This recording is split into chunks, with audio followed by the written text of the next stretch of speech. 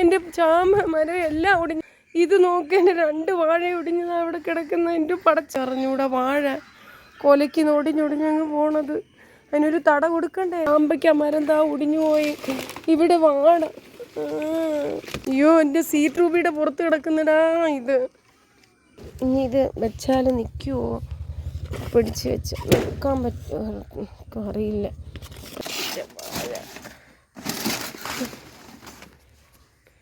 കണ്ട എൻ്റെ കൊല പോയത്.